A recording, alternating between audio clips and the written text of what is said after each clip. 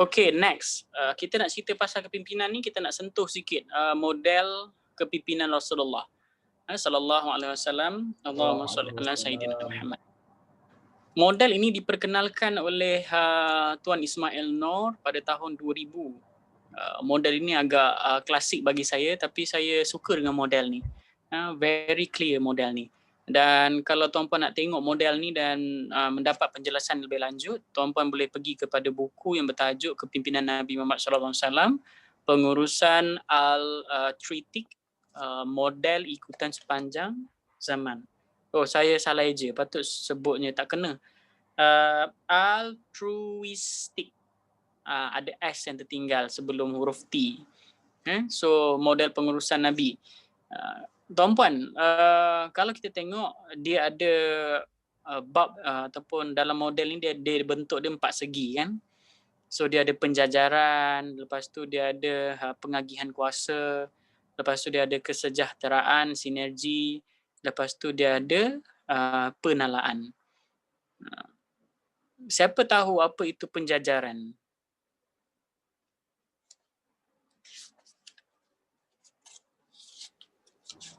Dia mesti bergerak seiring kot.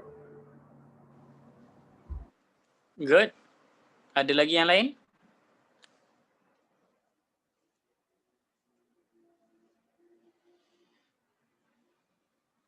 Penjajaran ni nak mudah faham dia adalah jawapan dia adalah ke mana kita? Nak ke mana kita ni? So sebab tu kalau kita tengok dalam model ini kan, bila sebut sebagai penjajaran tu, nak ke mana kita ni ataupun apa kita punya matlamat, kita nak bergerak seiring ke arah mana, very clear. Akidah Tauhid.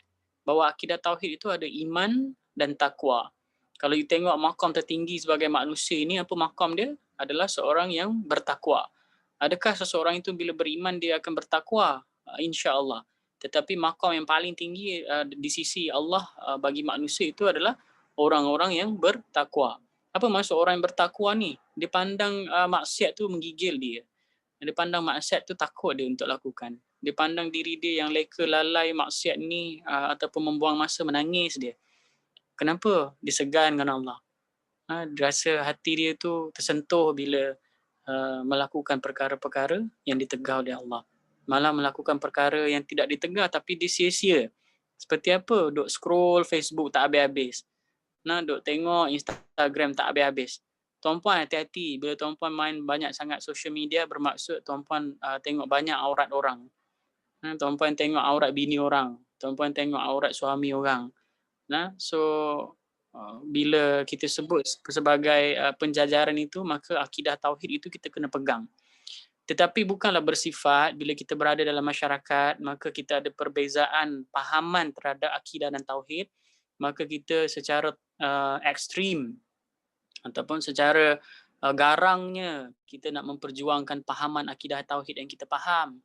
Tapi dalam konteks ini kita tak bercanggah dalam konteks furu' ataupun perkara-perkara, kita tak bercanggah dalam aspek-aspek teras dalam agama. Tuhan itu macam mana, kita tak bercanggah.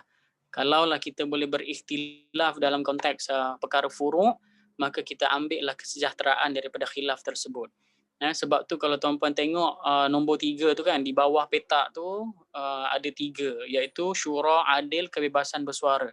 Dalam kebebasan bersuara ni ada adabul ikhtilaf. Maksudnya apa tu? Maksudnya tuan-puan, dalam kita nak menjayakan organisasi kita ini, kita nak bawa dalam konteks, kita nak bawa kepada hala 7 akidah, hala 7 tauhid, hala 7 iman, hala 7 takwa, maka kita sentiasa akan melakukan 3 perkara ini, bersyuralah kita. Bermusyawarahlah kita. Dalam organisasi ini kita perlu walak kepada pemimpin kita. Tetapi sebagai seorang pemimpin, kita perlu juga mengamalkan sistem syura. Kenapa sistem syura? Kerana kita ini mengikut sunnah Nabi. Kenapa Nabi buat macam tu walaupun Nabi direct kepada Tuhan? Kerana Nabi ada adab sesama manusia. Nabi juga ada adab kepada Allah Subhanahu Wa Taala. Nabi nak menghargai rakan-rakan, Nabi pun tahu kelemahan diri yang ada walaupun Nabi itu sempurna di sisi Allah Subhanahu Wa Taala dan juga kita, namun itulah adabnya sebagai seorang pemimpin, bersyura. Nak buat kursus syura. Tapi jangan setiap hari ada syura. Oh kita kena syura, kita kena syura sampai assignment pun terganggu. Bila dah bersyura pula, habislah 3-4 jam syura. Kenapa? Inilah yang diamalkan oleh Nabi. Habis semua hadis keluar, sampailah tak sempat nak bincang. Jadi itu ada isu yang berkaitan dengan kemahiran mengurus syura. Nanti akan datang kita cerita.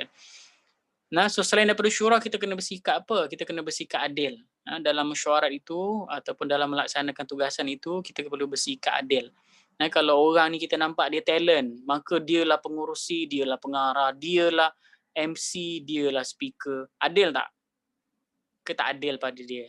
Walaupun kita tahu dialah antara orang yang mampu ke hadapan, tapi kalau dialah mampu ke hadapan bagi 100 event, kurus keringlah dia. Maka tidak adil lah untuk dia. Walaupun kita rasa dia capable, tapi ada sudut yang tidak adil bagi diri dia. Maka kita kena perlu beri keadilan kepada dia. Kebebasan bersuara. Dalam kebebasan bersuara ini tuan-puan, ada perkara yang kita sebut sebagai adab. Ada perkara yang tak semua saya faham, anda faham. Ada perkara yang apa yang anda faham tak semestinya saya faham. Ini dalam konteks psikologi pun begitu. Sebab tu dianjurkan adab berikhtilaf kerana Allah tahu, Nabi tahu, manusia ni kan, kalau bab akidah pun boleh ikhtilaf, bab lain apa tak lagi. Kalau bab akidah cerita pasal Tuhan pun boleh ikhtilaf, bab-bab lain apa tak lagi. Kalau dalam rumah tangga ikhtilaf suami isteri itu biasa. Jadi kalau nak berikhtilaf, di antara ikhtilaf itu ada rahmat, maka beradablah sewaktu berikhtilaf. Itu penjajaran, itu akidah dan kita punya wawasan kita, PMI, kalau you nak susun atur organisasi, maka pembinaan matlamat itu penjajarannya mesti menuju kepada amal ma'ruf nahi mungkar. Kenapa amal ma'ruf nahi mungkar? Kerana ianya menjawab kepada penjajaran akidah dan tauhid. Okay, next kita tengok apa? Pengagihan kuasa ataupun empowerment. Ini maksudnya sewaktu kita ada matlamat dalam organisasi itu, kita tak mampu nak lakukan semua kan? Pengurusi PMI tak mampu nak lakukan semua. Setiausaha tak mampu nak lakukan semua. Exco kebajikan tak mampu nak lakukan semua. Jadi kita akan ada yang disebut sebagai empowerment, pengagihan tugas. Sebab tu kita wujudkan exco ataupun sekretariat, di bawah sekretariat ataupun exco ada unit, di bawah unit ada AJK. Kenapa? Semakin banyak kita punya empowerment, maka kita kebarangkalian melahirkan pemimpin yang berkualiti itu semakin tinggi. Semakin kita buat kerja itu seorang-seorang, pengarah dia rasa dia je yang boleh buat, maka dia buat A to Z. Poster dia buat, meeting dia buat, cari penceramah dia buat, dia pun berceramah. Maka dekat situ kita akan mengalami satu kesulitan. Kesulitan dia adalah kita kurang pemimpin di masa akan datang, satu. Kemudian yang kedua akan timbul konflik interest antara satu sama lain. Dan yang ketiga kita akan dapat lihat dominasi seseorang dalam organisasi. Dan benda itu tidak sihat sifat dia. Ada juga orang yang tak nak diberi kerja. Oh, ini bukan kerja saya, ini kerja publicity. Oh, ini bukan kerja saya, ini kerja rohani, exco rohani. Ini bukan kerja saya, ini kerja pengarah. Dalam empowerment ini tuan-puan, dalam khalifah, dalam empowerment, dia ada job description ataupun kita sebut sebagai JD. So setiap penugasan itu pasti ada JD. Dan bila kita sebut JD satu-satu exco itu adalah melakukan satu-satu perkara, tidak bermaksud exco lain tidak boleh membantu secara tidak langsung. Of course, you kena bantu satu sama lain. Kenapa? Kerana empowerment itu semakin kecil organisasi, maka semakin banyak kerja yang perlu diselenggara dengan baik. Dan empowerment dalam suasana hari ini juga termasuklah empowerment teknologi. Kita perlu ada juga empowerment dari segi teknologi. Kita tak boleh bergantung pada manusia. Oh, lepas event ni ada 100 orang nak sijil, maka 100 orang ni lah kita copy paste namanya dalam Microsoft Word. Maka kita tak cukup cerdik dalam melakukan empowerment. Sepatutnya apa yang kita boleh buat, daripada senarai nama yang ada, kita buat mail merge, kemudian kita finish mail merge, maka 100 sijil akan dihantar dalam tempoh 1 saat. Bukankah itu lebih melegakan? Jadi empowerment ini, kita tidak hanya lihat dari segi manusia, tetapi kita tengok juga apa strategi yang ada untuk kita empower teknologi supaya kerja-kerja pengagihan ini menjadi lebih ringan. Sewaktu kita memberi tanggungjawab ataupun empowerment kepada rakan-rakan kita, maka kita berpeganglah kepada sifat Nabi, iaitu siddiq, amanah, tabligh, fatanah. Bila kita lakukan tugasan presiden beri kepada kita, universiti beri kepada kita, ingat dalam kepala kita, kita nak menuju kepada amar ma'ruf nahi mungkar, lepas tu kita pegang perangai kita iaitu siddiq, bercakap benar, sebar benda yang benar, amanah, kita lakukan perkara yang dituntut untuk kita lakukan. Kita amanah dengan apa yang diberikan kepada kita. Kalau nak belajar amanah ni, kita tengok sifat Sayyidina Umar Abdul Aziz punya amanah sampai tahap anak datang ke pejabat, matikan lilin yang milik kerajaan beri tu dan nyalakan lilin sendiri. Kenapa? Kerana nak menghormati, nak memegang sifat amanah kepada harta kerajaan. Amanah ni lah timbulnya integriti nanti, tuan-puan. Kalau PMI guna facilities UPM, tapi facilities bila rosak tak nak bertanggungjawab, that one is not amanah.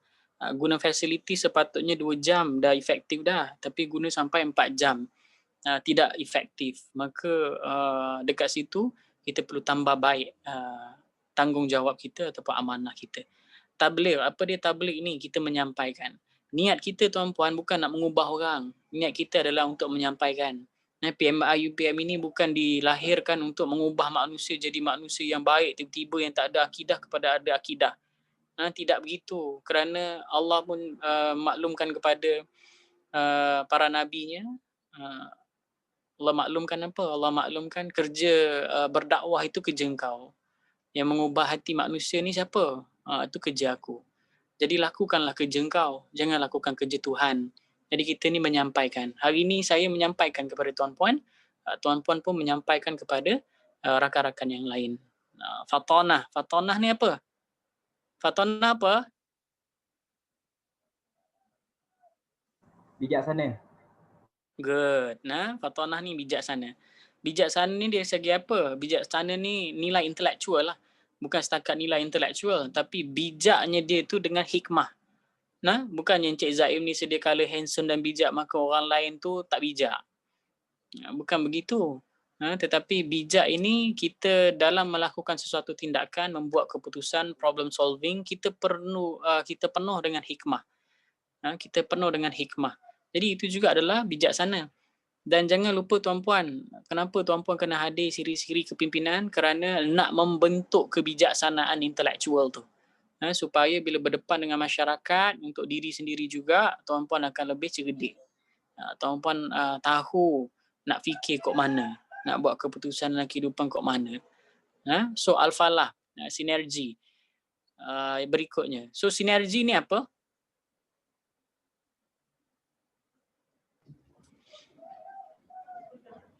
Ada sesiapa tahu sinergi?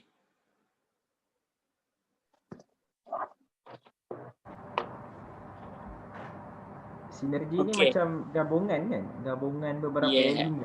Yap. Kita sebut sebagai kolaborasi.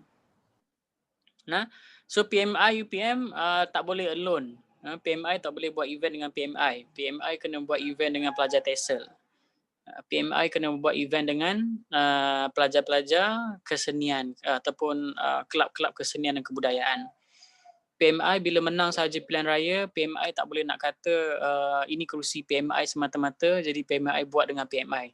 Tidak begitu. Tapi PMI berkolaborasi dengan siapa pun untuk tujuan amal ma'ruf nahi mungkar. Itu dia.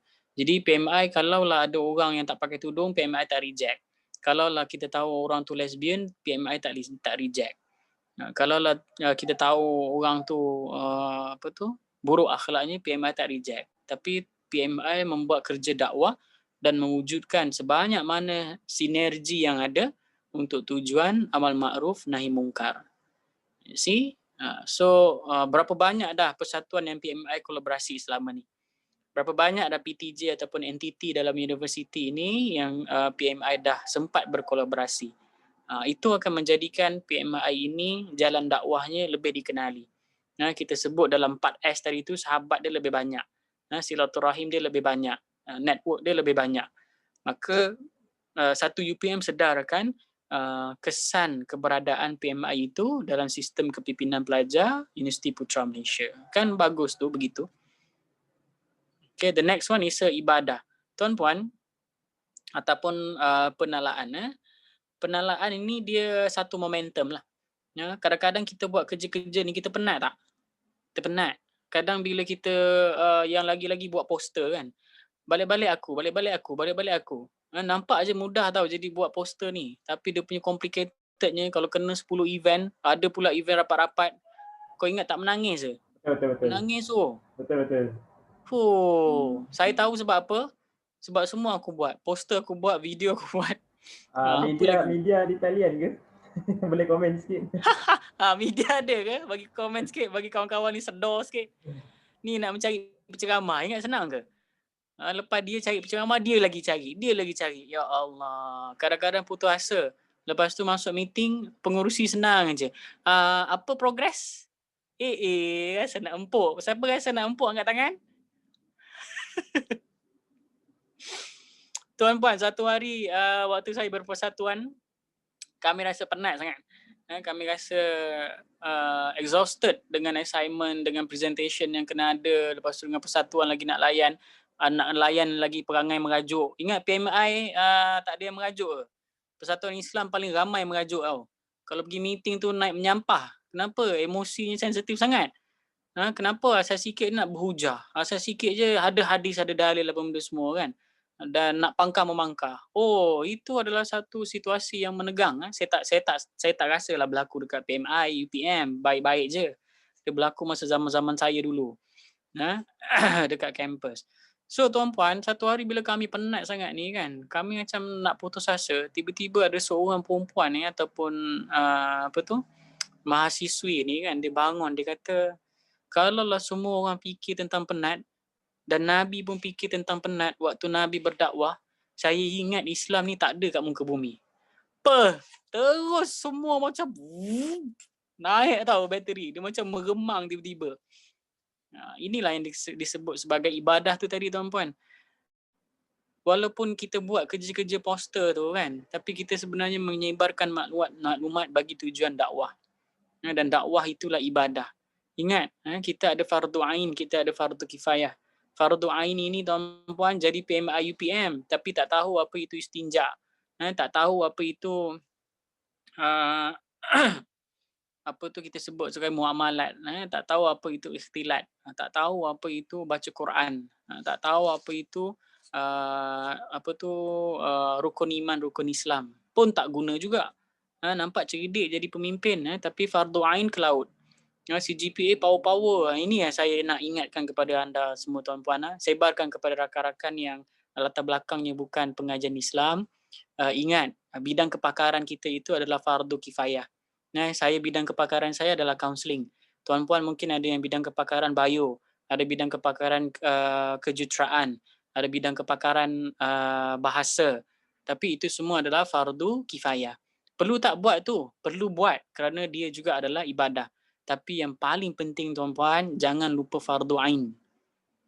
Jangan lupa fardu ain. Fardu ain ini kena settle dulu sebelum fardu kifayah. Sebab tu saya sebutkan tadi, tuan-puan kena mahir dah kitab-kitab muktabar Islam tu. Bila disebut kitab-kitab ni, Riyadhus Salihin ke, kitab Ya Ayyuhal Walad, sekurang-kurangnya Imam Al-Ghazali rahimahullah ta'ala anhu, kitab Ihya Ulumuddin, panjang sangat kitab tu. Tapi dapat intisari pun dah cukup dah.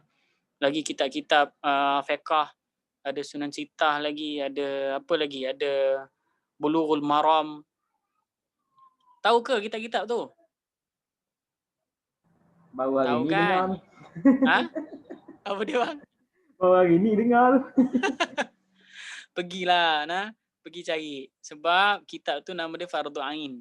Nanti dekat akhirat nanti bila kita tanya, puas kena libas. Sakit sampai kiamat nak boleh libas. Jadi Astagfirullahalazim. dekat-dekatkanlah diri kita dengan kitab-kitab muktabar Fardu Ain ni. Tuan-puan, bila kita cerita pasal ibadah, then kita akan rasa apa? Kita akan rasa kembali bersemangat. Walaupun kita penat macam mana pun, tapi kita rasa inilah saham kita. Inilah motivasi yang paling kuat sekali. Ya Allah, kau penat buat benda-benda macam ni, penat. Nak dengar Cik Zain membebel pagi-pagi, penat. Tapi anggaplah ibadah, anggaplah kuliah duha. InsyaAllah. And then apa attribute ataupun apa sikap yang kita nak bawa dalam melaksanakan 4 perkara ni, kita bawa yang 5 perkara tu juga, iaitu kewibawaan diri. Nanti kita cerita tentang self image ini dekat slot yang kedua. Wibawanya diri kita itu sampai orang lain terpengaruh. Macam mana wibawanya Nabi itu, walaupun kita tak mampu mendapatkan kesempurnaan seperti Nabi, tapi bagus kita menuju kepada kesempurnaan tersebut. Kemudian peningkatan perhubungan. Ini apa tu? Allah, saya lupa. Hablum minallah, hablum minan nas, hablum minan al-kaun. Saya punya guru dia tambah lagi satu, al-kaun. Al-kaun ni adalah alam. So hubungan kita dengan manusia, hubungan kita dengan Allah kita jaga. Tapi ada satu hubungan lagi yang kita sering terlupa dan terleka, iaitu hubungan kita dengan alam. Hubungan kita dengan alam ni apa maksudnya, Encik Zaim? Nampak sampah, kutip. Nampak air terbuka, tutup. Kan simple tu. Nampak halangan dekat jalan, ambil. Tapi pastikan tidak bahayalah. Kemudian nampak kucing, beri makan. Nampak anjing, beri minum. Itu semua hubungan dengan alam. Sekurang-kurangnya kita ni cakna bila tengok straw kan, kita nak guna straw tak sampai hati kita. Kenapa? Kerana alam menderita dengan straw. Kan kita dapat menjaga alam sekitar tu. Ini tidak PMI, tapi biliklah paling bersepah sekali. Anda tak menjaga hubungan dengan rakan anda juga sebenarnya tak menjaga hubungan persekitaran. Anda kena ingat, kalau satu bilik bersepah kali dengan 100 bilik, maka kolej anda adalah kolej bersepah. Begitulah PMI kena faham bagaimana perhubungan tu. Kemudian keberkesanan kepimpinan. Maksudnya kita memimpin dengan cara berkesan. Macam mana nak tahu, Cik Zaim? Yang ini perlukan latihan yang berpanjangan lah. Kita nak faham keberkesanan itu sendiri, banyak penilaian dan pengukuran dia kan. Tetapi yang paling mudah dalam organisasi kita saling bersilaturahim. Maka berkesanlah nanti kita akan memimpin. Kenapa? Kerana masing-masing sayang satu sama lain, masing-masing hormat satu sama lain. Masing-masing tak sanggup nak tengok kawan tu susah sangat lebih daripada dirinya sendiri. So kita bersenggang-senggang boleh main Mobile Legend, tapi kawan kita bersusah payah lah, kesian dia nak menunggu jawapan Cik Zaim bertahun-tahun nak boleh confirm. Jadi kita kat dalam mesyuarat push dia kan, dah lah bergenang air mata. Larilah dia daripada PMI nanti. Tapi kita beri dia sokongan, kita tanya dia apa perkara yang tak boleh diurus, kita urus sama-sama.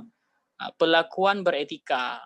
Ini of course once you ada akidah dan tauhid, mudah-mudahan ilmu yang bermanfaat itu menjadikan diri anda cahaya dengan adab. Kemudian peningkatan moral. Bila anda ada akidah dan tauhid, insya-Allah mudah-mudahan moral anda juga terpelihara. Okey, setakat ni ada soalan? Dibuka kepada mana-mana peserta untuk menanyakan soalan. Yap. Saudara Rashid, bertanya soalan. Hai, saya. Boleh dimulakan dengan anda. Sedang buat duit ya. Ni saya nak tanya macam Cik Zaim lah kan. Maknanya kadang-kadang bila dalam kepimpinan ni dia tak ada hormat kepada pemimpin. Mungkin adakah sebab sistem syura ni tak dihayati ke, atau memang kita yang ada masalah dengan diri kita? Macam mana tu? Okay, good. Okay, gini lah. Cuba kita tengok kepada perkara nombor 3 tu kan. Dia ada syura, dia ada adil, dia ada kebebasan bersuara kan. Lepas tu dalam kebebasan bersuara tu dia ada adabul ikhtilaf. Dalam psikologi kita sebut sebagai communication. Kenapa kita rasa sebagai seorang leader kita tidak dihormati?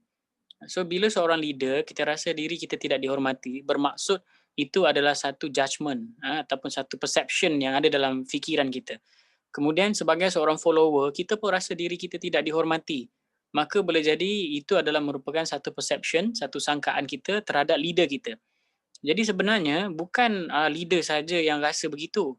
Malah follower juga sebenarnya berkemungkinan rasa perkara yang sama. Jadi bila kedua-dua pihak ini merasa benda yang sama, maka keseluruhan organisasi tidak akan ada keharmonian. Tak ada keharmonian. Jadi macam mana kita nak uruskan benda tu, Cik Zaim? Cuba catat. Kita gunakan salam model. Cuba catat SALAM, salam model. Salam model tu yang pertama, S yang pertama tu state the problem. Apa problem yang berlaku? Communication ni bila dia breakdown, maksudnya dia ada problem yang berlaku. Dia ada isu yang berlaku dalam organisasi. Maka kita kena statekan dia. Kita kena tulis. Kita kena nyatakan bagi semua orang nampak. Dan kita kena tanya seorang-seorang. Dan seorang-seorang kena lontarkan secara jujur tapi bukan emotional. Emotional ni maksudnya kita pergi kepada pribadi individu tu. Dia kalau kentut kuat sangat.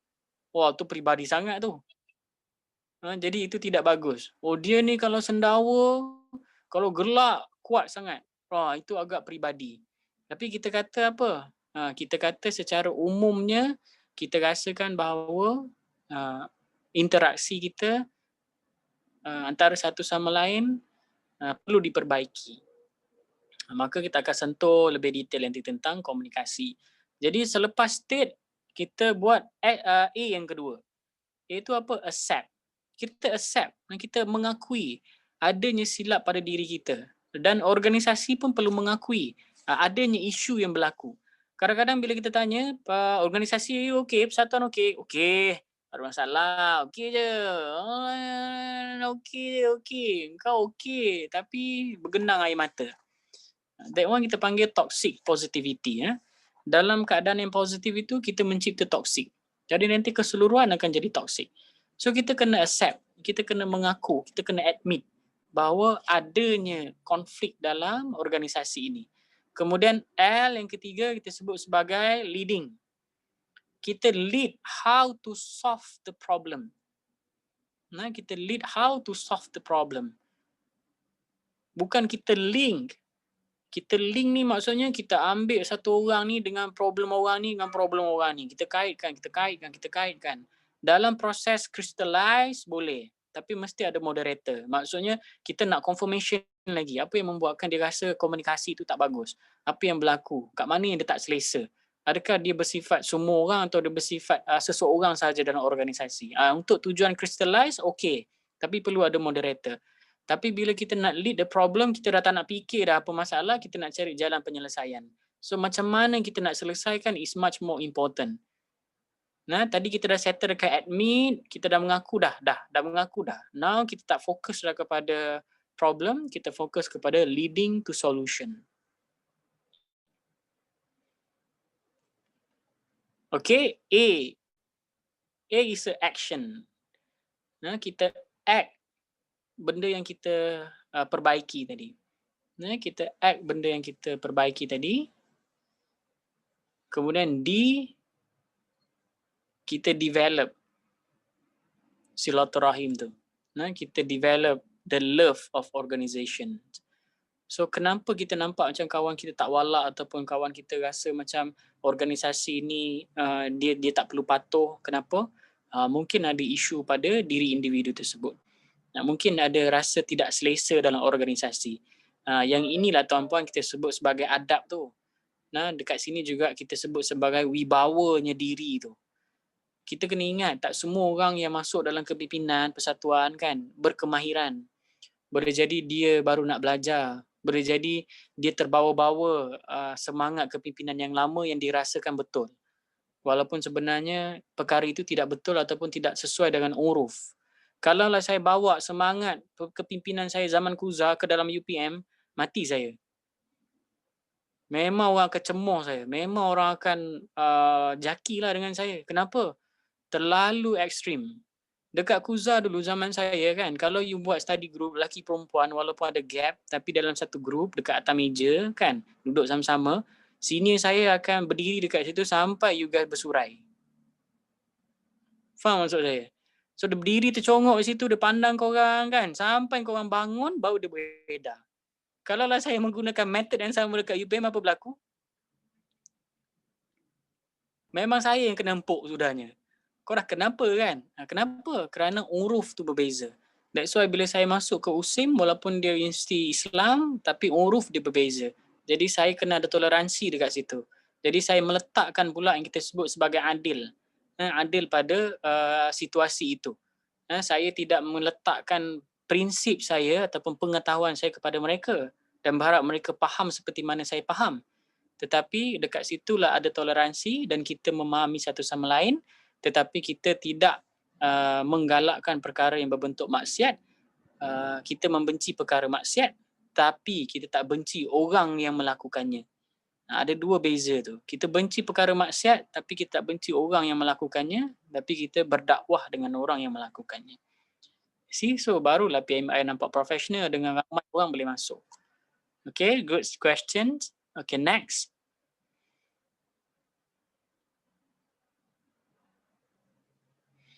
Bila sebut tentang kepimpinan juga, tuan-puan, you kena ada model pemimpin. Kat sini saya sebenarnya sertakan link, tapi nampaknya dah pukul 9.30, kita akan habis pukul 10 kan. So saya nak gunakan setengah jam tu untuk berborak aja dengan you guys, boleh tanya pengalaman saya, macam mana saya uruskan persatuan dan sebagainya. Yang ni nanti tuan-puan boleh tengok. Kenapa Sultan Muhammad Al-Fatih, dia syarat dengan information. Kalau nak tengok khalifah, nak tengok pengurus, nak tengok hamba, boleh tengok dekat dia. Adakah yang lain tu tak ada? Of course, yang lain lagi hebat.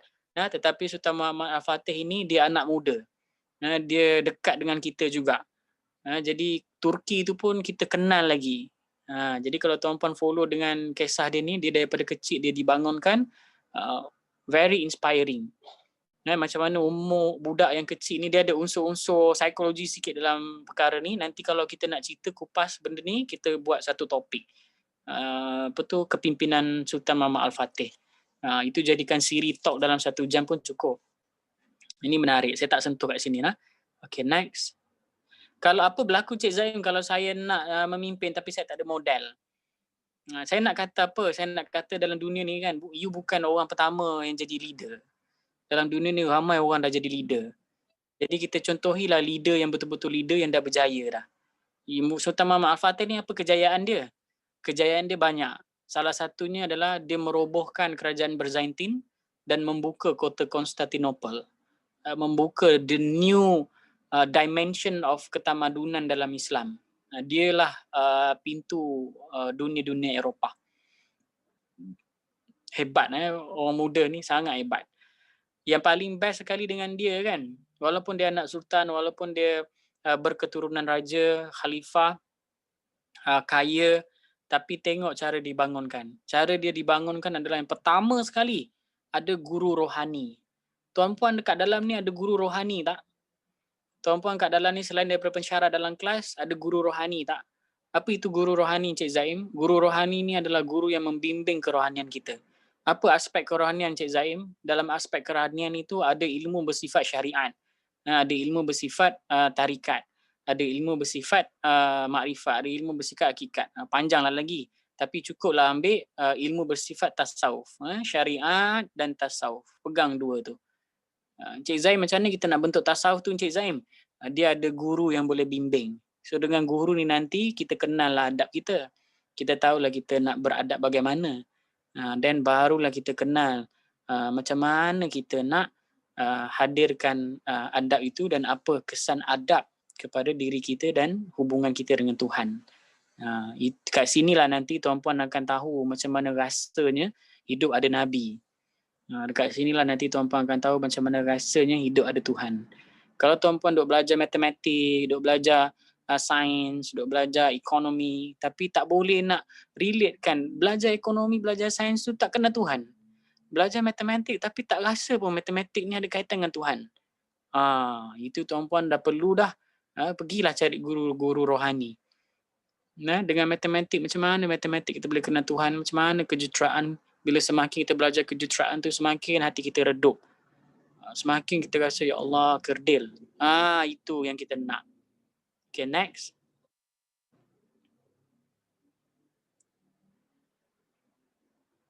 Ini realiti kepimpinan pelajar.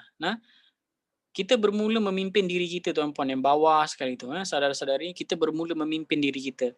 Sehinggalah kita ada berkeyakinan dan rakan-rakan nampak kewibawaan yang ada pada diri kita mula masuk ke peringkat pelajar. Kemudian di peringkat pelajar, kita akan berurusan sama ada di peringkat college atau di peringkat fakulti untuk memenuhi apa yang universiti perlukan.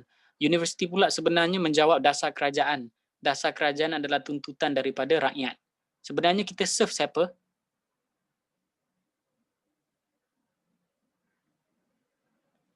Sebenarnya kita serve siapa? Rakyat. Kita serve rakyat. Nak bawa kepada apa? Bawa kepada kemakmuran ke? Bawa kepada amal ma'ruf nahi Nahi mungkar. Kita bawa kepada model Nabi tadi tu, kan? As a leader, kita nak buat benda tu.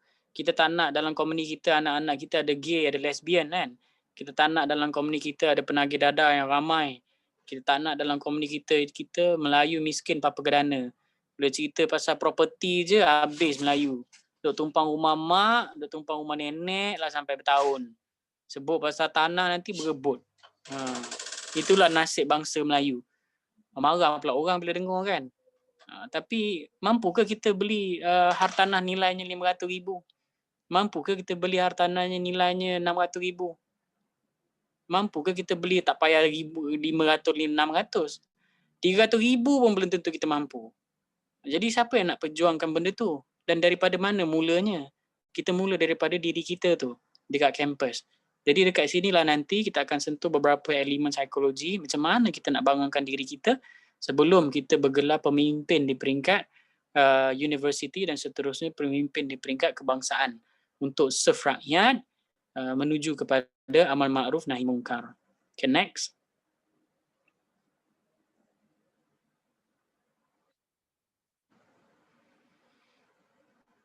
Bila sebut psikologi kepimpinan, terutama pelajar, kan, you tak boleh lari daripada ni. Pemimpin perlu ada wawasan. Pemimpin juga kena ada kekuatan keuangan. You know what, bila saya lead community ataupun lead persatuan, apa yang saya lakukan adalah saya juga cari duit tepi. Masa saya di saya di USIM, bila lead saja persatuan di USIM, apa berlaku, kita tak ada duit yang banyak untuk serve orang asli. Kita tak ada duit yang banyak untuk serve masyarakat di Pangsapuri. Adik-adik kita di Pangsapuri, kan, kediaman-kediaman, rumah flat tu tak ada duit banyak. Jadi kita buat apa? Kita bela ayam. Dekat rumah mak saya tu belakang tu ada tanah sikit, kita bela ayam. Belalah dalam 100 ekor. So ayam ni lah buat modal pengangkutan kami. Pergi ke sana, pergi kemari, kami gunakan duit ayam, kami jual lah sikit-sikit. Kenapa? Kerana kita perlukan keuangan. Kalau anda sendiri kewangan anda cukup kais pagi makan pagi, kan, uruskanlah kewangan diri anda dulu sebelum anda urus kewangan orang lain. Kais pagi makan pagi, kais petang simpan makan malam, kesian. Uruskanlah diri sendiri dulu. Sebagai kepimpinan juga, kita tak lari daripada isu, maka urus isu. Kita juga serve stakeholder. Kalau di peringkat persatuan pelajar, stakeholder adalah ahli persatuan lah. Dalam organisasi kita ada ahli kita yang perlu kita hormati, yang perlu kita jaga. Presiden punya tanggungjawab yang besar dalam persatuan. Presiden kena memastikan juga ataupun kena membantu rakan-rakan untuk mencapai kecemerlangan dalam akademik dan juga sahsiah. Please lah, janganlah buat program yang low impact. Program yang banyak itu bukan ukuran cemerlang, tapi program yang high impact itu adalah ukuran yang cemerlang. Banyak Cik Zaim, saya pegang jawatan ada 1,000 jawatan. So program you peringkat apa? Semuanya peringkat PMI. Jahanam. Takkanlah kau 4 tahun buat event tak ada peringkat negeri langsung. Takkanlah kau 4 tahun duduk kat dalam kampus tak ada peringkat kebangsaan langsung. Apatah lagi lah international. Kalau tak ada langsung dah bolehlah dibubarkan PMI ni. Gantilah yang lain. Kenapa tak ada wawasan? So saya kata program banyak bukan menunjukkan anda itu berkredibiliti. Tapi yang kita perlukan adalah high impact program. Bila kita buat talk kepimpinan macam ni, you rasa pelajar lain perlu tahu tak? Perlu tak ada kesedaran memiliki kepimpinan ni? Perlu. Perlu. So bila perlu kita kena work out untuk satu program mega sebagai contoh kan, kolaborasi ataupun bersinergi dengan bahagian kaunseling, dengan BHAP, dengan siapa-siapalah, jemput artis dan sebagainya, and then kita launch satu projek nama dia psikologi kepimpinan muda. Barulah yang lain akan terima impak yang sama. Dalam organisasi di peringkat college ataupun di peringkat universiti, kita tak boleh lari daripada hierarki. Hierarki ni lah kadang-kadang timbul konflik kepada kita kan. Kita tak boleh nak berkolaborasi dengan fakulti, idea kita tak sama dengan college, idea kita tak sama dengan universiti. Tapi kita kena ingat, kita duduk dalam hierarki. Ada orang atas yang kita perlu patuh. Tapi kalau kita nak mempengaruhi dia, ada cara dan kaedah dia untuk kita pengaruhi supaya agenda kita dapat dilaksanakan. Kita juga ada task yang perlu dilaksanakan dan setiap daripada ahli kita ada emosi yang perlu dihormati. Dan jangan pula kita tuntut untuk kita sentiasa dihormati, tak perlu. Kalau orang tak hormat anda, adakah anda akan mati? Tak ada. So kalau kita tak dapat penghormatan daripada orang, it's okay. Kita buat yang terbaik untuk diri kita hormat diri kita dan hormat orang. Lama-lama orang akan sayang kita. Jangan kita menuntut, kita perlu dihormati, kita perlu disanjungi, kita perlu diberi penghargaan. Aku buat kerja banyak-banyak, tak ada pun orang cakap terima kasih. Dek, kau tak mati sebab terima kasih orang lah. Apa yang Tuhan pandang tu lebih baik. Next.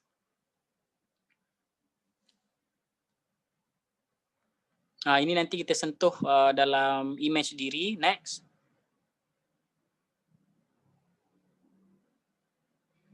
Okey, ni tekan je laju-laju bang. Cuba tuan-puan tengok Lita ni sewaktu kawan kita tekan laju-laju tu, kita tengok. Dalam semester kan, laju-laju bang, habis kan? Dalam semester, you ada benda ni je sebenarnya. Saya dah hidup dekat kampus ni dah bertahun. Ini je perkara yang kita akan lalu. Kita akan ke kuliah, kita adalah buat ulang kaji sikit, kita akan siapkan assignment, kita akan lalui test 1, kita buat presentation, kita akan lalui test 2. Lepas tu kita ada pit stop. Pit stop ni maksudnya cuti semester, cuti break semester lah. Kemudian kita ada program yang perlu dilaksanakan, kita ada persatuan, kita ada thesis, kita ada peperiksaan, kita ada keputusan peperiksaan nanti. Jangan jadikan alasan kepimpinan itu kan yang mana dia duduk dekat program dengan persatuan je, ada 2 je, tapi keseluruhan Lita kau habis tonggang langgang. Walaupun kita ada semangat kepimpinan, tapi ingat dekat dalam kampus ni kita kena jaga Lita kita ni. So macam mana nak jaga Encik Zain pening kepala lah. Sekata suruh jadi leader, lepas tu suruh jaga akademik pula. Leader itu, wibawa dia tu yang kita kena jaga. So kalau wibawa sebagai seorang mahasiswa ini adalah akademik. Yang kedua adalah sasya. Jadi kita bangunkan 2 tu cukup lah. Kau tak perlu nak ubah politik negara, kau tak perlu nak ubah dasar-dasar negara sangat. Belum lagi. Kita cerita dalam konteks universiti dulu. Tapi kita cakna ada orang isyak dadah. Kita cakna ada orang LGBT. Kita cakna ada orang kesusahan. Kita cakna. So bila kita nak buat, bila kita cakna Encik Zaim, dia ada time frame dia. Dalam sebulan kau buat sekali cukup. Dalam satu semester buat 2 kali cukup. Kita buatlah ataupun 3 kali. Awal semester, akhir semester. Kalau rajin sikit, pertengahan semester. Tak perlu nak buat banyak sangat. Nanti you mabuk nanti. Nanti banyak benda tak boleh nak settle. So orang tengok PMI ni masuk je jahanam result. Pun tak bagus. Kewibawaan tak ada. Okay, so macam mana nak urus setiap tu dia ada model dia ada modul dia. Cuba tekan laju-laju bang.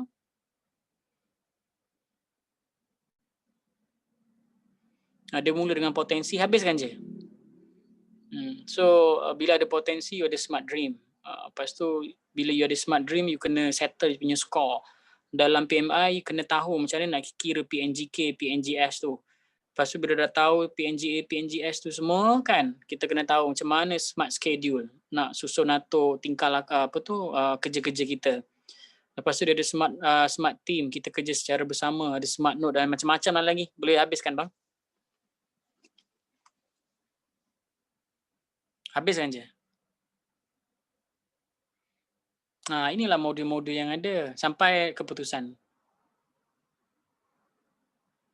See? So dah ada keputusan, okay, back. Dah ada keputusan, dia ada reflection. Kenapa SEM ni lebih teruk daripada SEM lepas? Kerana tak ada reflection. Atau kenapa SEM ni SEM ni sama je macam SEM lepas? Kerana tak ada reflection.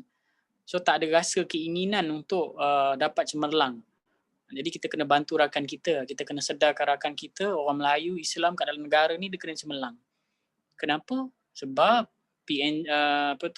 PTPTN secara beasiswa ramai dominasi daripada bangsa lain. Budak-budak Melayu cukup sekadar ada je belajar. So tak bagus juga. Okay, next. Inilah modul pengurusan. Macam mana kita nak uruskan perkara yang kita sentuh dekat atas tadi. Next.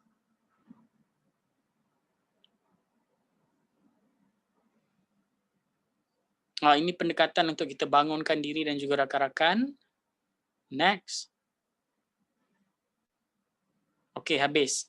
So you guys boleh contact saya dengan nombor dan juga email saya. Okay, ini sharing. Sharing tentang pengalaman dalam kepimpinan ataupun ada isu-isu berkaitan dengan kepimpinan. Apa yang nak disentuh.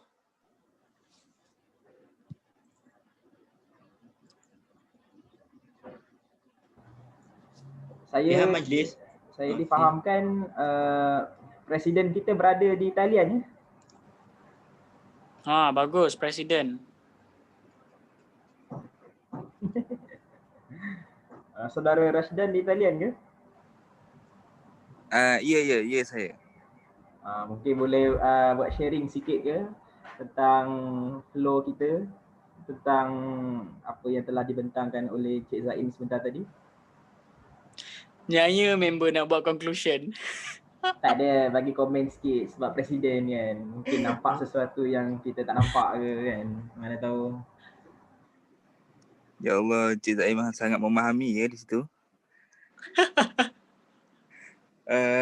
Cuma saya nak tanya sikit Cik Zaim berkenaan dengan yang track tadi tu kan. Kan kita ada banyak-banyak smart semua tu kan.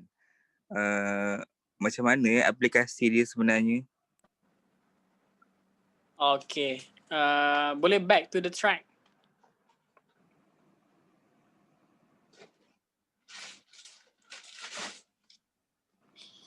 Okay, this one right? Ya betul. Okay, sebagai seorang pelumba kan, sebagai seorang pelumba F1, yang kita perlukan orang yang hebat dalam memacu jentera F1 itu sendiri adalah pemandu dia. Betul?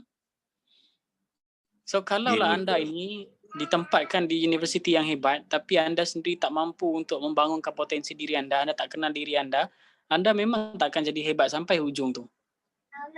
Kalaulah anda ini seorang yang berpotensi kan, duduk dekat PMI sebagai jentera ataupun alat untuk anda cemerlang, tapi anda tak tahu potensi diri anda tak groom potensi diri anda takut untuk membangunkan nilai kepimpinan dalam diri anda, so anda susah untuk cemerlang dalam PMI sampai ke hujung. Begitu juga lah anda sebagai seorang pelajar. Nah, setiap daripada diri kita ni dia punya potensi yang tersendiri. Jadi sejauh mana anda nak duduk dalam bilik kan, sejauh mana anda nak buat kerja secara bersendirian, sedangkan anda ada komuniti yang boleh mencemerlangkan diri anda itu sendiri. So bila kita sebut garis perlumbaan, dia bermula dengan garis mula dan dia akan berakhir dengan garis tamat. Betul? So track ini adalah track bagi satu semester. Dan setiap semester track ni sama je.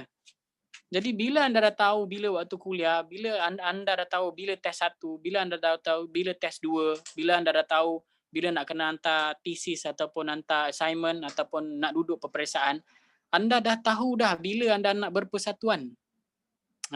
Sebab tu you akan jumpa dekat atas tu semua smart. Ini tak ada kaitan dengan parti smart dalam UPM. Saya cipta ini dulu sebelum smart tu muncul. Yang tu tak boleh disebut. Itu sulit. So dia tak ada kaitan. Tapi saya nak kata apa? Perlu bijak. Bila sebagai presiden kan, presiden nama siapa? Lupa nak tanya. Muhammad Rashdan. See? So Rashdan, this map perlu ada dalam fikiran anda. Anda perlu tahu bila rakan-rakan akan ada test 1, so jangan kacau. Jadi kita pun buat jadual dan takwim berdasarkan lita ni.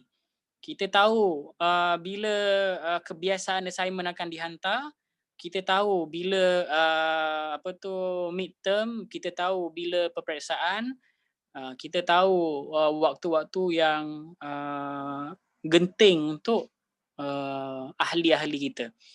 Jadi apa yang saya lakukan adalah saya panggil rakan-rakan dalam persatuan saya. Benda pertama saya buat adalah saya kata siapa yang ada lebih daripada 2 persatuan. So adalah beberapa orang angkat tangan dan saya kata, okey, kalau anda lebih daripada 2 persatuan, saya nak tanya yang mana satu menjadi komitmen besar bagi diri anda. Adakah persatuan ini ataupun persatuan lain? So kalau dia kata persatuan lain, maka saya persilakan dia untuk melepaskan mana-mana jawatan bagi menghormati keadilan dia untuk melaksanakan tugasan lebih fokus. Kalau dia ada 3, ada 4 persatuan, saya nak maklumkan tak ada orang akan menjadi orang yang efektif kalau ada banyak sangat task yang dia kena buat. Apatah lagi task utama sebagai seorang pelajar. Jadi saya settlekan benda tu dulu. Saya dah settlekan benda tu, saya nak ajar dia orang fokus supaya dia nampak garis penamat tu.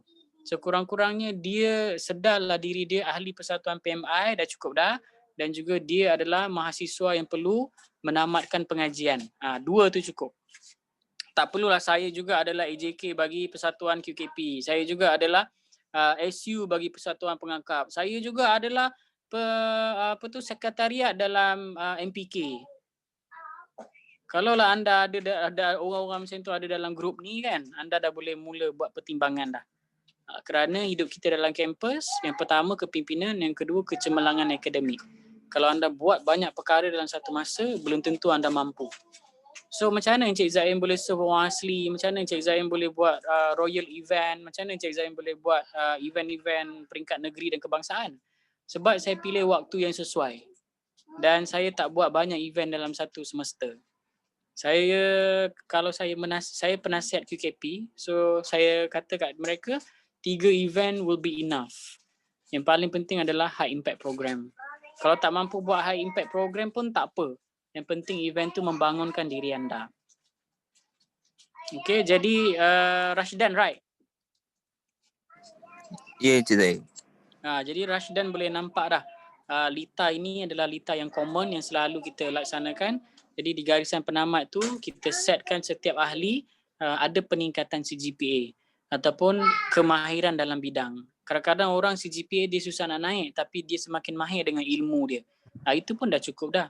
At the same time dia kesahsiahannya diri dia tu, soft skill dia pun meningkat.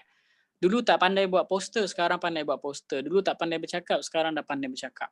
Dulu menggigil, shaking, sekarang dah tak menggigil, dah tak shaking. Itu will be nice. You akan meninggalkan legasi yang baik nanti, Rashdan. Menjawab ke persoalan? Menjawab. Okey, ada soalan. Saya nak tanya dalam satu organisasi bila ada 2 side orang yang lebih kepada masalah-masalah tanpa solusi dan satu side mereka yang fokus pada tindakan-tindakan tanpa melihat permasalahan. Jadi sebagai pemimpin macam mana kita nak seimbangkan antara kedua side ini? Wah, soalan ni very practical dan soalan ni berlaku dalam organisasi. Betul tak?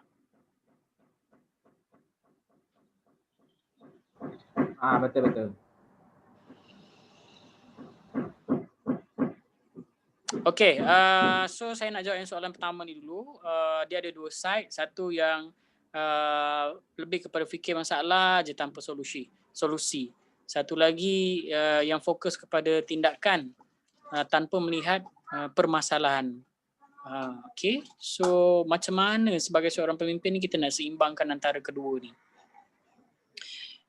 Gini. Permasalahan ni dia boleh jadi 2. Satu ada internal locus of control, satu ada external locus of control. Satu permasalahan yang disebut sebagai dalaman dalam organisasi. Yang kedua tersebut masalah yang di luar daripada organisasi. Macam mana kita nak uruskan masalah ni selain daripada tadi saya sebut sebagai salam teknik. Kan kita dah sebut sebagai salam teknik. Kemudian yang kedua kita pergi kepada teknik yang berikutnya yang saya sebut sebagai conflict management. Kalau sesiapa yang belajar tentang conflict management ini dia tidak hanya melihat kepada apa konflik yang berlaku, tetapi dia menguruskan konflik tersebut. So menguruskan konflik ini daripada adalah dengan cara melihat masalah, kena lihat masalah. Kalau tak, you nak settlekan apa? Bila you tak melihat masalah, maka anda tak tahu anda pergi kepada apa. So kita lihat masalah, kemudian kita cadangkan apa penambahbaikan, kemudian kita bertindak atas cadangan penambahbaikan. Kemudian yang keempat, kita work together bersama untuk menyelesaikan masalah tersebut. Sama ada masalah itu berkaitan dengan internal kita ataupun masalah itu berkaitan dengan eksternal kita. Eksternal ni maksudnya kita ada masalah dari segi keuangan untuk program. That one is external, tak ada penaja. Tapi dalaman kita ada duit lagi dalam dalaman kita kan. So kita boleh urus. Tapi eksternal ni macam mana kita nak urus. So kedua-dua ini kita kena lihat dalam konteks conflict management tu tadi. Menjawab ke Fatimah? Menjawab. Dan leader kena sedar lah. Leader you are not, kadang-kadang ni satu lagi, bukan setakat dia tak lihat masalah dan dia terus nak bertindak. Tetapi dia juga tak lihat emosi. Sebab tu dalam topik yang tadi tu, ada satu slide tu saya sebut sebagai kepimpinan psikologi kepimpinan tu, saya ada kata kat situ ada task, ada emosi. Tuan-puan, kita bekerja dengan manusia tau. Jadi kita kena ambil berat emosi orang. Bila kita nampak ada masalah dan kita tanya dulu apa perasaan dia, apa tanggapan dia, kita settlekan dia, kita beri sokongan, okey begitu, oh saya faham. Kita settlekan that emotion. And then kita saya fikir salam teknik tadi sangat membantu. Saya fikir kita nyatakan apa konflik yang berlaku and then kita lihat konflik tersebut, kita bincangkan, kita kristallisekan dia, kemudian kita wujudkan cadangan penambahbaikan, kemudian kita wujudkan pelan tindakan. Kalau semua orang ada idea yang sama, pergi kursus pada hari ini, maka semua orang nampak macam mana cara untuk menguruskan masalah yang ada dalam organisasi. Masalah tidak hanya ada dalam organisasi, masalah di luar pun ada juga. Kita ada masalah dengan BHAP ke, kita ada masalah dengan para pelajar ke, kita ada masalah dengan ahli ke, kita ada masalah dengan MPP ke, kita ada masalah dengan counselling ke. Semua benda tu kita kena urus dengan conflict management skill. Okey, boleh saya move kepada soalan berikutnya? Boleh. Encik Zaim, kebanyakan beasiswa dia tanya akan jawatan, biasanya akan tanya jawatan yang kita pegang. Jadi cukup je dengan satu jawatan tu. Ini yang saya sebut. Kalau you ada 10 jawatan AJK, itu tidak memberi kesan. Tapi apa yang memberi kesan? Yang memberi kesan adalah jawatan seperti pengurusi, jawatan seperti pengarah. Kalau anda semester 1, SEM 1, anda pegang AJK, bagus. Jangan kau pegang tinggi pula. Tapi semester kedua, anda nak fikir persatuan, anda rasa nak upgrade you punya level kan. You dah pegang EXCO ataupun unit. That's good. Lepas tu semester ketiga, anda dah pegang Presiden Persatuan. Semester keempat, ini contoh, biasanya kita bergerak by tahun kan. So tahun ketiga biasanya adalah climax dalam kampus. So tahun ketiga ni lah saya jadi Presiden. Tahun ketiga ni lah saya mewakili Malaysia pergi ke summit sana sini, perbentangan kertas kerja peringkat Nusantara bagi pelajar. So you kena susun strategi. Bukanlah saya kata, bukankah dia perlu banyak jawatan ataupun cukup je ke dengan satu.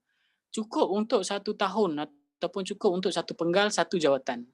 You kena ingat you ada dekat dalam kampus 4 tahun tau. Bukan you ada kat kampus 1 hari ataupun 1 SEM. Bermaksud banyak lagi langkah yang boleh disusun. Bukannya hari ni kena capai semua. Tidak begitu. Ini belum lagi saya cerita kat anda kena mahir sistem, anda kena mahir buat video, anda kena mahir buat poster. Saya ingat muntahlah anda, takutlah dengar ceramah Encik Zaim ni. Sebab apa? Sebab kita fikir kita kena lengkapkan diri kita hari ini. Bukan macam tu. Tapi kita kena ingat, diri kita ni dia ada fasa-fasa. Ada SEM 1, ada SEM 2, sampai ada SEM 8.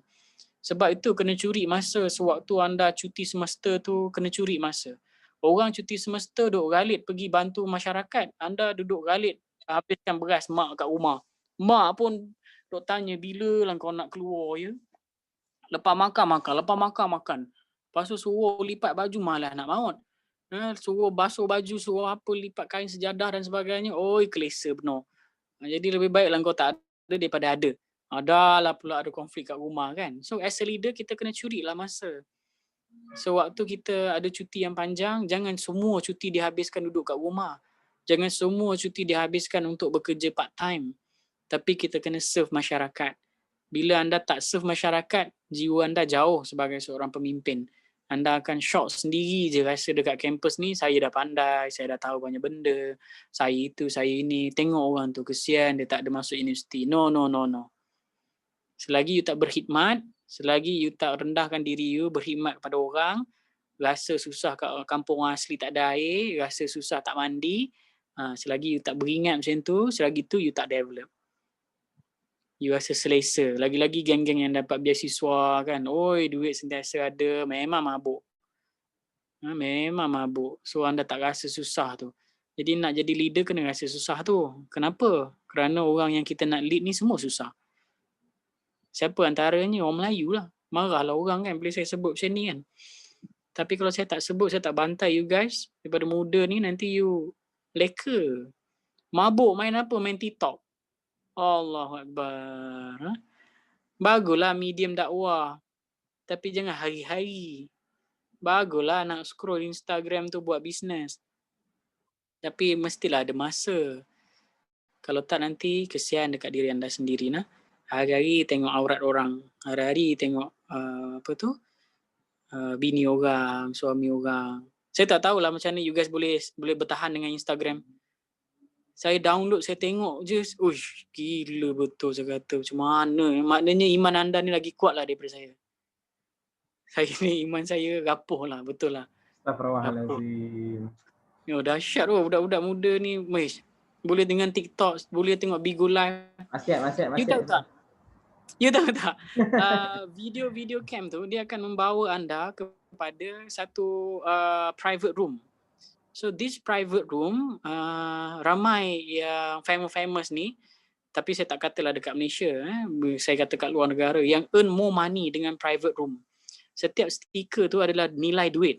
Jadi semakin seksi anda dekat video tu, semakin menggairahkan anda, maka semakin banyak income. That's why ada kenyataan di akhbar Insta famous jadi pelacur kelas pertama kan, kelas atasan. Benda-benda macam ni. So kita kena beware lah dengan apa yang kita lihat, apa yang kita dengar, apa yang kita sentuh. Okay, cukup lah tu membebel. Lagi soalan lain? Ada sesiapa yang ingin menanyakan soalan? Wah, siapa tumbuk belacan tu? Bukan dua belajar. ada hal.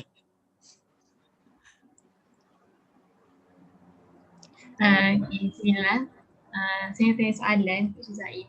Tadi Cik Zaim ada cakap kan, kita sebagai khalifah, sebagai pemimpin, kita kena ada juga macam ilmu agama, macam kitab-kitab tadi kan.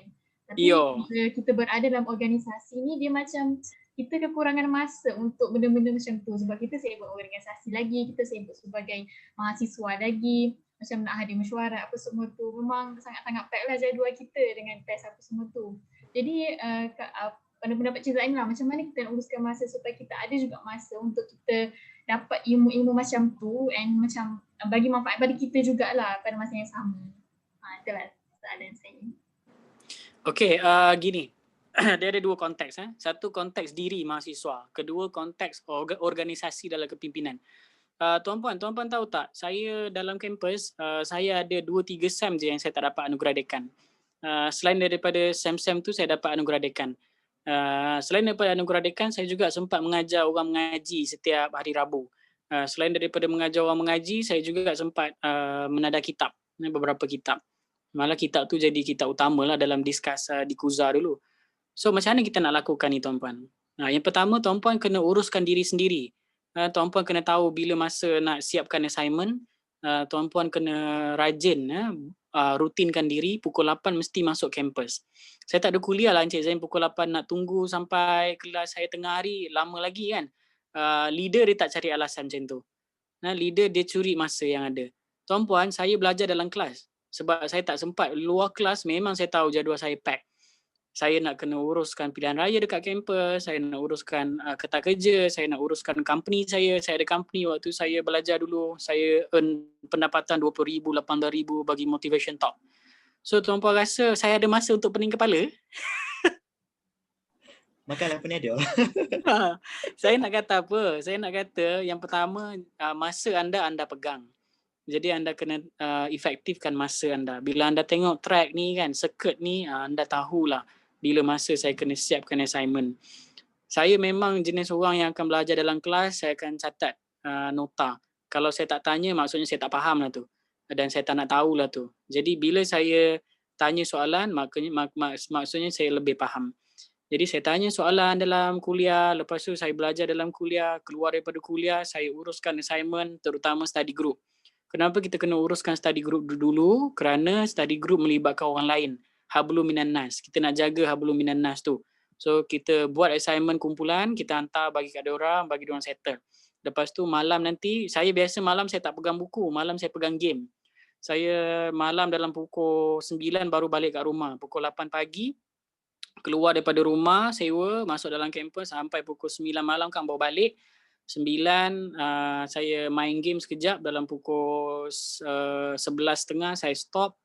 Lepas tu saya tidur. Lepas isyak lah kita balik rumah kan. So kalau you isyak dekat masjid, you dapatlah ngaji kitab. Kalau you isyak dekat rumah, you tak dapat ngaji kitab. Itulah waktu-waktu yang dicuri saudari. Kemudian kita akan rutinkan setiap bulan kita puasa sunat bersama. Kemudian kita berbuka tu kita ngaji satu kitab. Kita perkenalkan satu kitab. Simple je, tak perlu nak berat-berat sangat. Kemudian bila hujung semester kan, saudara-saudari kena rutinkan, masuklah ke ma'had mana-mana, ke pondok mana-mana ke kan. Belajar kitab-kitab asas fiqh pun tak apa. Belajar kitab-kitab yang ringan-ringan dulu pun tak apa. So kita masuk dalam sebulan, 2 bulan kan. So SEM ni masuk. SEM depan kita berkhidmat kepada masyarakat. So SEM akan datang kita masuk. So macam saya kata, kita bukan nak kena sudahkan semua benda tu dalam tempoh 1 hari. Tapi sebaliknya kita ada 1 minggu, kita ada 1 bulan, kita ada 1 semester, kita ada 1 tahun, kita ada 4 tahun, kita ada 8 semester. Jadi kena susun atur semua tu. Bila saya dah masuk tahun ke-4, saya letak semua jawatan saya. Saya tak ada jawatan langsung waktu saya tahun ke-4 pengajian. Sebab saya nak fokus kepada bidang kepakaran dalam tesis dan waktu ni lah saya menadah banyak kitab. Tak mahir pun, sekadar tahu saja. Tak mampu nak bahas pun tapi sekurang-kurangnya saya tahu. Jadi anak-anak tuan-puan nanti boleh tahulah kitab Ya Ayyuhal Aulad tu cerita pasal apa. Kemudian kitab-kitab Kunci Syurga tu cerita pasal apa. Kitab-kitab Riyadus Solihin, Riyadus Salikin cerita pasal apa. Sikit-sikit lah, yang penting tahu. Fardu Ain tu kena settle. Jadi presiden, contoh presiden persatuan tapi fardu Ain tak settle. Kau memang kat dalam kubur kau kena libas punya lah. Memang confirm lah. Jadi Encik Zaim cerita macam ni berceramah bagi nak maut. Tapi fardu Ain kantoi. Memang kena libas lah. Memang kena cukup-cukup kau punya. Jadi tuan-puan dah mulalah fikirkan diri masing-masing. Ni ada buat daurah kitab, bagus. Yes, curi masa. Betul Afifah, that's the scenario of mahasiswa dalam kampus kan. Ada banyak task yang kena buat, akademik sentiasa jadi nombor 1. Tapi kita kena ingat, kita ada lebih daripada 24 jam. So semua benda tu boleh diurus dan boleh dipenuhkan dalam tempoh 4 tahun kita pengajian. Alangkah malangnya kalau 4 tahun pengajian kan, kita terbiasa diri kita tidur pada jam 1 pagi, 2 pagi. Ingat, kalau badan kita dilatih tidur 1 pagi, 2 pagi, bermaksud bila kita dah besar ataupun dah nak masuk ke alam pekerjaan, dah berkahwin, badan kita dah terbiasa bangun, tidur lambat dan bangun lambat. Macam mana kita nak tahu kita bangun pukul berapa? Encik Zain nak tentukan kita bangun pukul berapa? Mudah je. Pukul berapa anda tidur menentukan pukul berapa anda bangun. Badan anda memerlukan 7 ke 8 jam. My wife, dia dah train diri dia, dia memerlukan tidur 5 jam je. So lepas 5 jam my wife akan terpinga-pinga, dia akan terjaga. So setiap orang dia ada kapasiti tidur yang berbeza. Semakin you mampu melatih diri untuk dapat kualiti tidur, semakin short period of time kualiti tidur anda. Jadi tidur menentukan pukul berapa anda bangun. Kalau anda tak biasa jaga kualiti tidur, maksudnya badan anda perlukan 8 jam. So kalau anda tidur pukul 12 kan, 12, 1, 1, 2, 2, 3, 3, 4, 4, 5, 5, 6, 6, 7, 7, 8. Maksudnya badan anda hanya ready untuk bangun jam 8 pagi. Kalau anda terpaksa bangun subuh pun, anda akan bangun dan tidur balik. Kalau anda terpaksa pergi kelas pun, anda hanya bawa badan tapi tak ada otak. Anda tak boleh nak fokus. Kenapa? Badan anda cakap, weh aku boleh bangun pukul 8 kau jangan aku sepak muka kau. Kau tidur lambat, lepas tu kau suruh aku jaga awal. Matilah aku. So pukul berapa anda bangun menentukan momentum anda satu hari. Kalau you tidur lambat, anda you kena bangun pukul 8. You ingat, you boleh perform ke kat dalam kuliah tu yang you kena berada pukul 8 pagi kat kampus, pukul 9 malam berbalik. Letih. Letih. So you kena jaga tidur. Saya jaga tidur, saya jaga makan, saya jaga exercise. Ustazah kena rajin lah Ustazah, workout. Kau zumba ke dalam bilik ke kan? At least jantung you mengepam. Ustazah jangan mengunyah je Ustazah. Mengunyah je terjadi juga. Nah, gaji-gaji senam tu Ustazah oi. Abang pun macam tu juga. Barulah you ada energy. Kalau tak, you tak ada energy. Saya tak boleh imagine lah macam mana orang tidur tak jaga, lepas tu tak bersenam, lepas tu makan apa yang ada. Aku tak boleh imagine. Maggi, berapa ramai makan Maggi? Aku pun miskin bapa kedana juga tau. Saya miskin bapa kedana juga masa belajar. Tapi Maggi saya tak sentuh. Ada tak ada pun saya akan beli kentang 1 guni. Lepas tu kita potong-potong kentang, kita goreng kentang, makan dengan telur. Dengan nasi putih. Itu paling daif lah tu. Kesian. Okey, ada lagi? Tak apa, nanti jumpa saya lagi dekat slot yang kedua nanti. Ada Cik Zain, satu saya nak last soalan Apa dia? lagi Cik Zain. Last soalan daripada Ayuni Kamni. Encik Zain, saya nak tanya apa pendapat Encik tentang soal rehat? Adakah tidur ada kaitan dengan psikologi? Fikir 6 jam maka cukup 6 jam. Fikir 4 jam, tidur maka cukup sahaja 4 jam. Ini yang saya sebut tadi lah. Tulis dekat catatan mana-mana. Tidur ni dia sangat berkait rapat dengan circadian rhythm. Circadian rhythm. Boleh search nanti. Circadian rhythm ni dia macam biological clock lah. Kualiti tidur anda akan disukat oleh badan anda. Kalau siapa-siapa ada jam yang fitness tu kan, dia akan measure bila you pakai waktu tidur, dia akan measure deep sleep anda berapa persen. So tuan-puan, pentingnya deep sleep ni kan, kalau anda stres, anda dapat mimpi itulah ubat kepada stres. Dia kalau anda mimpi complicated, maksudnya anda stres tahap gaban. So dah boleh jumpa kaunselor. Mimpi complicated ni macam mana Encik Zaim? Saya berlari Encik Zaim. Saya berlari, ada orang kejar, lepas tu saya terjatuh. Masuk dalam almari, saya macam tak boleh buka almari tu. Saya buka je almari, orang yang kejar saya tu ada depan mata saya. Saya lari Encik Zaim. Lepas tu saya nampak ada orang tikam satu sama lain berdarah-darah. Itu antara mimpi yang memenatkan dan menakutkan. Maksudnya anda dalam stress level yang agak tinggi. So anda boleh berjumpa dengan kaunselor. Cik Zaim, saya mimpi ada saka Cik Zaim. Ada hantu raya datang kat saya, ada bagi barang, saya pun menyusukan anak itu gini. Yang itu boleh jumpa ustaz. So mimpi juga adalah alamat gangguan. Jadi kalau dalam konteks psikologi, kalau kita dapat mimpi yang di awal kita nak tidur tu kita dapat mimpi. Pernah tak? Kita macam nak tidur kan, tiba-tiba kan tangan kita macam ni. Kita nak tidur kan, kalau dalam kelas lagi best selalu kan. Dalam kelas pegang pen kan, macam tu. Tangan tercampak pen kat jiran kan. Ada. Itu maksudnya badan kita nak tidur. So biasanya kalau orang macam tu saya biarkan je dia tidur. Sebab itulah waktu dia dapat deep sleep. Dia perlukan tidur waktu tu. So saya tak marah orang tidur dalam ceramah saya. Tapi jaranglah orang boleh tidur. Kalau dia boleh tidur tu dia dahsyat lah. Tahap gaban hitam yang naik motor tu. Apa tu?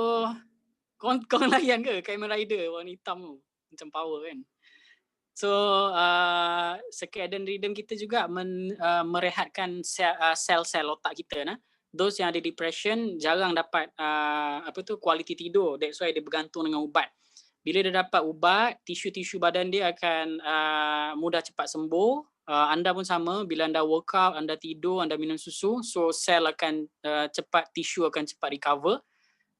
Kita dah penat seharian, nerve kita tegang, jadi dengan tidur berkualiti, nerve kita akan kendur. You bayangkan, you routine yourself 1 sem, tidur lambat, bangun awal. Tidur lambat, bangun awal. Tidur lambat, bangun lagi lambat. Itu not a good lifestyle. Dah lah tu, lepas tu makan Maggi, lepas tu tak bersenam per complete set. Lepas tu cita-cita nak jadi isteri soleha, suami soleha.